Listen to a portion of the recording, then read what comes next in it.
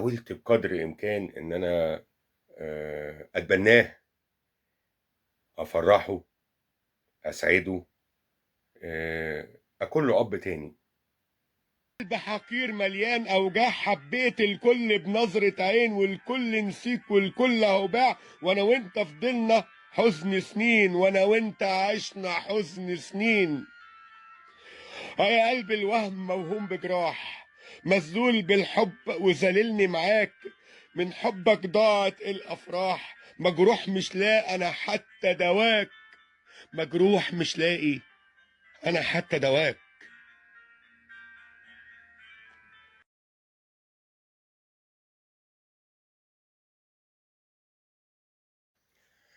أهلًا بيكم في الحلقة التاسعة، الحلقات جريت بسرعة ووصلنا للحلقة التاسعة.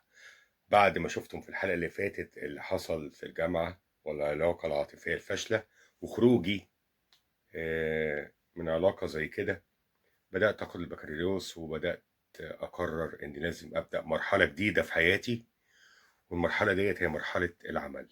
خارج مهزوم عاطفيًا، مهزوم حتى علميًا، مش جايب تقدير كويس، يا دوب يعني مقبول والحمد لله ربنا يجعلنا مقبولين. وخرجت وبدأت في محطة جديدة بعد الهزيمة الأولى، بادوّر على نصر جديد في حياتي وهو نصر العمل. وقعدت أدوّر على شغل، أدوّر، أدوّر، أدوّر، لدرجة إني بقيت أجيب ورقة وأقعد أكتب أنا قدّمت في إيه وما قدّمتش في إيه. دي صورة تقريبية وأنا عمّال أدوّر في الشركات. دي صورة تقريبية، أنا عملت كده فعلًا، جِبت ورقة وقعدت أكتب فيها أنا قدّمت هنا، ما قدّمتش هنا، هنا الميعاد إمتى، هنا الinterview إمتى، وقعدت فترة شغّال شُغلانة اللي بيدوّر على شُغل.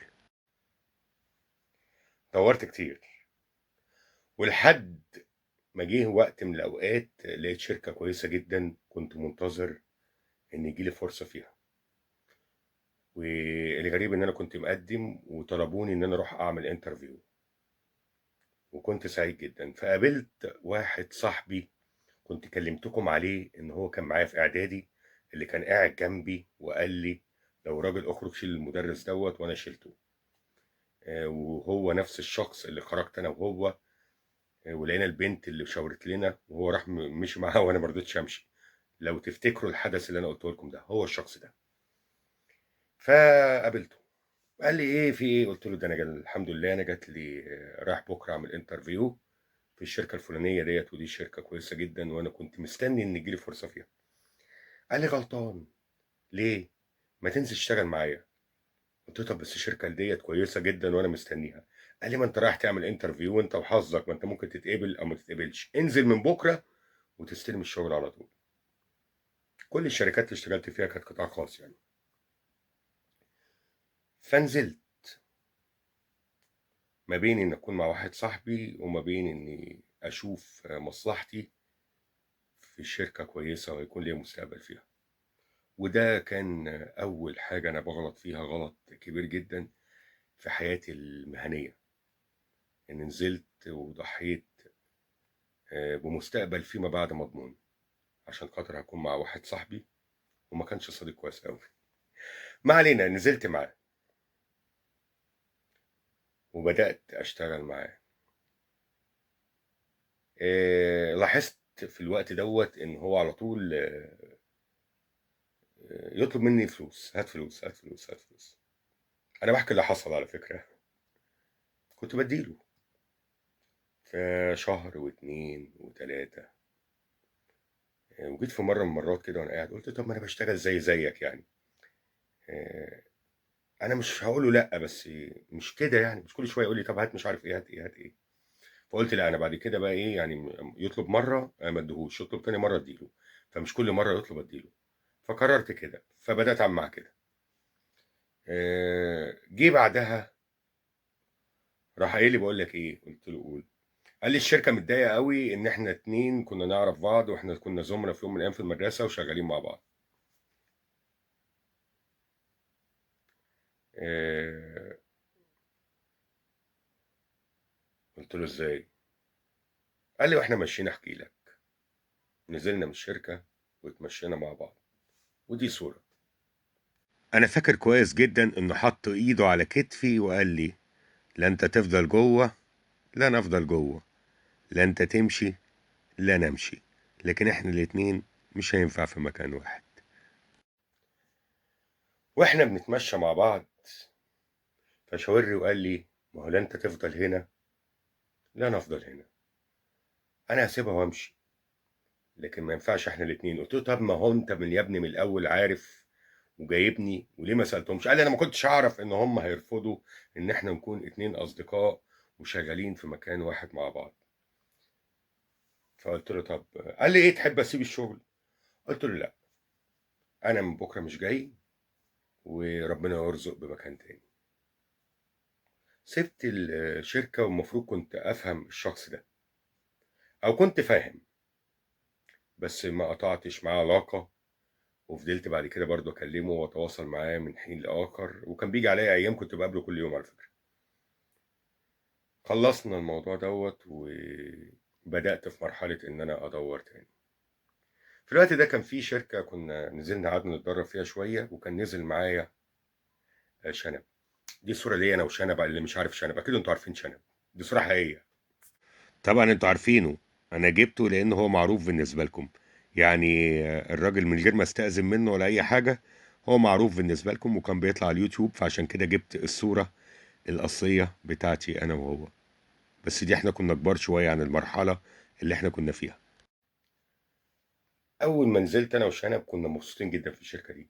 كان في مدير راجل محترم جدا جدا جدا، كان راجل كبير، وكان بيتعامل معانا كويس جدا، وكان بيعتبرنا زي ولاده، وكنا مبسوطين جدا بالوضع ده. صحيح كانت بتهب منه شويه حاجات، بس هو كنا احنا بنحبه، وكان بالنسبه لنا راجل لطيف. فضلنا شغالين في الشركه لحد ما الراجل ده طلع معاش، وجه شاب اكبر مننا تقريبا ب10 سنين او حاجه، يعني ما كانش كبير يعني، وكان هو المدير. ومن اول ما جه الراجل ده بدانا نشوف معامله تانية خالص. بدانا نلاقيه يعمل مجموعه معينه من الموظفين حواليه، واللي مش بيطبل له ومعاه وبيقول له: اه انت جامد انت حلو،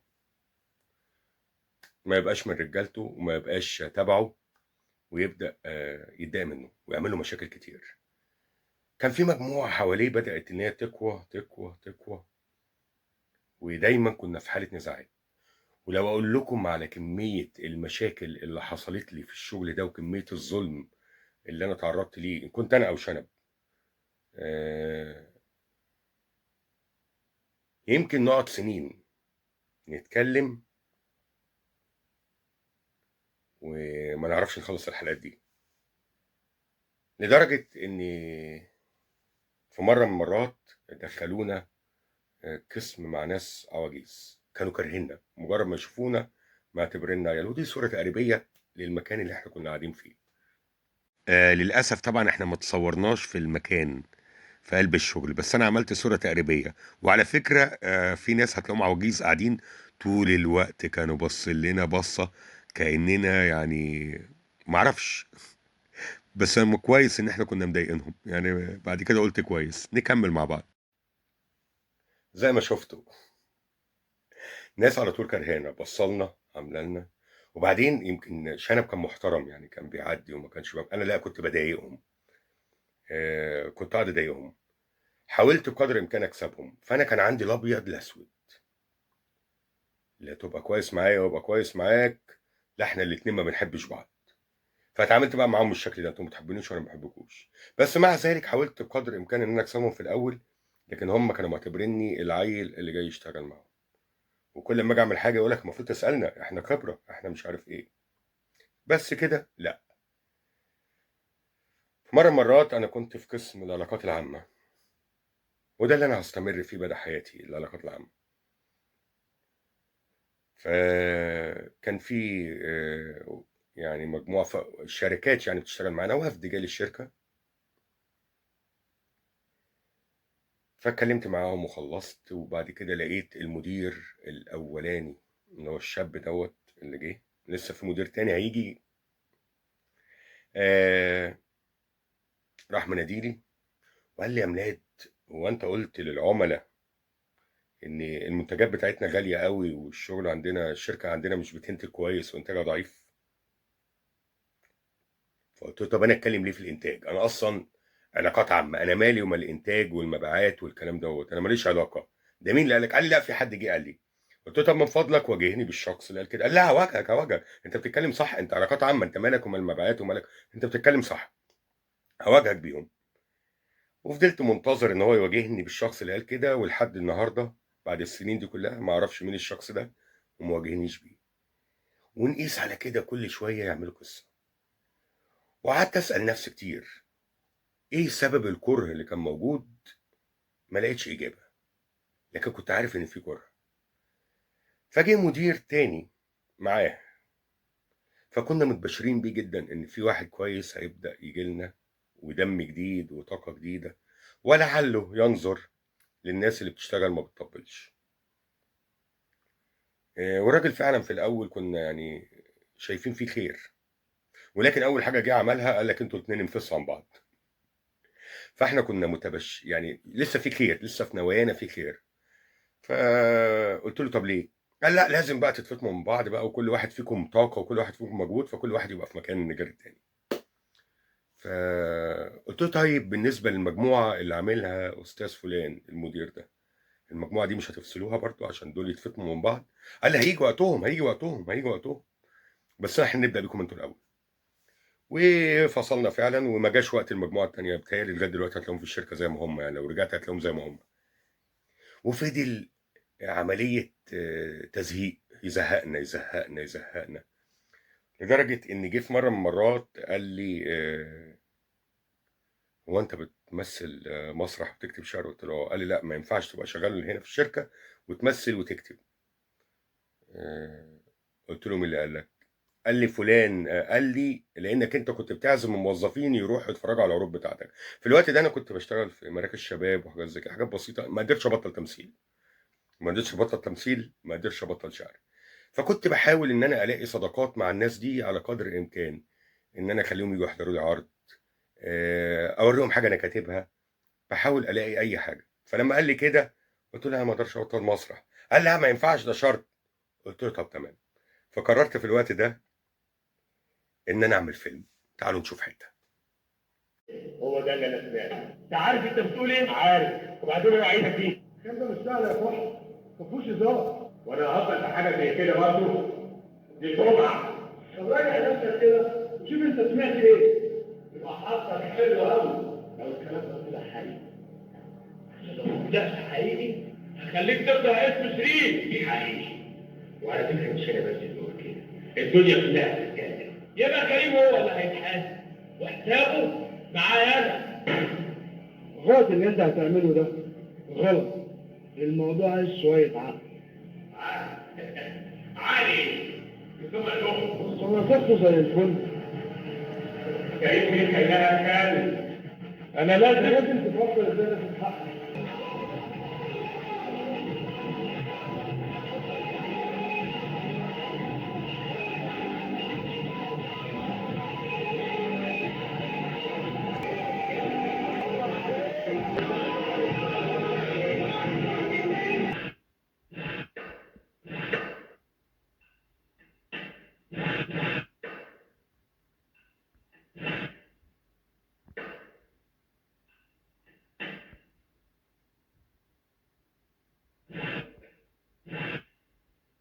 يبقى انت لما تصفيله ولا مصيبة ولا حاجة، بس انا عن الشر. ده تقول تعال الحق كده بقى، كل واحد كل واحد.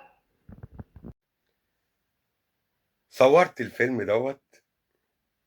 وبعد ما صورته في ناس خدته مني وبدأوا يتفرجوا عليه. فراح جه قال لي انا مش قلت لك مش عارف إيه؟ قلت له بقول لك ايه، حياتي الشخصيه واضحه والشركه واضحه، انا مش بعمل حاجه مخله بالاداب، يعني انا بمثل، انا حر. وانا ما قصرتش في الشغل وخلاص، وانا بعمل الهوايه دي عندي بعد بعد الشغل، فانا حر. نسكت؟ لا. فضل المضايقه منه ومن المدير الاولاني، بس المضايقه بقت منه اكتر من المدير اللي احنا كنا بنشتكي منه في الاول. وضغط ضغط ضغط ضغط، وما علينا بضغط الشغل لان ده محتاج حلقات واقول لكم حصل ايه. بس انا شفت كميه ظلم مفيش انسان يقدر يشوفها، كميه ظلم غير عاديه. يعني كان بعد وقت يبعتني حتت ومشاوير، وهو عارف ان المشاوير ما علينا. كان في قدام الشركه سوبر ماركت حلو كده صغير، كان في راجل كبير شغال فيه، وكان عنده ولد شاب كده كان من دوري، وكان عنده ابنه صغير كان في ابتدائي. كنت على طول اروح اشتري منه عم فلان يا عم فلان، واتعرفت عليه واتصاحبت عليه، وبقيت انا والراجل اصدقاء، حتى ولاده كمان. دي صورة تقريبية للمكان يعني. هو المكان كان ابسط من كده كمان، بس انشراح ما قدرتش تبسط اكتر من كده. بس هو تقريبا كان سوبر ماركت صغير او محل بقال كمان اكبر منه شوية. والراجل كان بيلبس جلابية وكان بالشكل ده فعلا، وكان راجل طيب جدا. ده كان مكان. وانا في الشركة فضلت على طول بعلاقة مع الناس دي طيبة، لان هم قدام الشركة على طول. ولكن وانا في قلب الشركة الراجل ده مات، فعرفت، فرحت رايح معزيهم. واول ما رحت هناك شفت ابنه الصغير اللي هو كان في ابتدائي. انا كنت بحب ولاده قوي وكنت بحب الراجل، فجاي بعزي ابنه لقيته راح جاي قال لي: انت النهارده بقيت ابويا. صدقوني الكلمه دي قالها لي باللفظ كده: انت النهارده بقيت ابويا. وشعرت في ذلك الوقت ان الولد ده مسؤول مني. ودي صوره تقريبيه للعزا. والولد جه قال لي ايه؟ الولد جالي وقال لي الجمله دي وانا قاعد على كرسي: انت النهارده بقيت ابويا. دي صوره تقريبيه للعزا، والصوره دي كان فعلا الشكل كده. حاولت بقدر الامكان ان انا اتبناه، افرحه، اسعده، اكون له اب تاني. ومش عايز اقول عملت ايه، لكن فعلا كنت بهتم بيه اهتمام غير عادي. اخده، اخرجه، افسحه، وحاجات كتير غير كده كتير، ومش هنتكلم. ففضلت معاه لحد ما خلص ابتدائي واعدادي وثانوي، وجاب مجموع صغير في ثانوي، وبرضه وقفت معاه وقلت له معلش وهكمل. ودخل الجامعة، وبعدين خلص الخدمة العسكرية بتاعته وخرج. ولكن كانت أول مفاجأة بتفاجئها من الشخص ده: قتلتني وكسرتني وألمتني. هيعمل معايا كذا حاجة آه، هيخليني أقول اتقي شر من أحسنت إليه. أكتر حاجة وجعتني كده كده احنا هنكمل الحلقات الجاية. ولكن لما خرج بدأ يخطب، يعني كان خطب. والحلقة الجاية هقول لكم تفاصيل الشخصية دي، لأن أنا كنت بصراحة مش عايز أتكلم على الشخصية ديت. مش عايز أقول يعني الواحد ممكن يكون عملت إيه وهو عمل إيه، لكن أنا بحاول أتلاشى وأتكلم على المضمون. فالحلقة الجاية إن شاء الله هقول لكم إيه التفاصيل وحصل إيه مع الشخص دوت وعملنا إيه. انتظروني، وربنا يسعدكم ونقابلكم إن شاء الله الحلقة الجاية. حاولت ألخص بسرعة. سلام.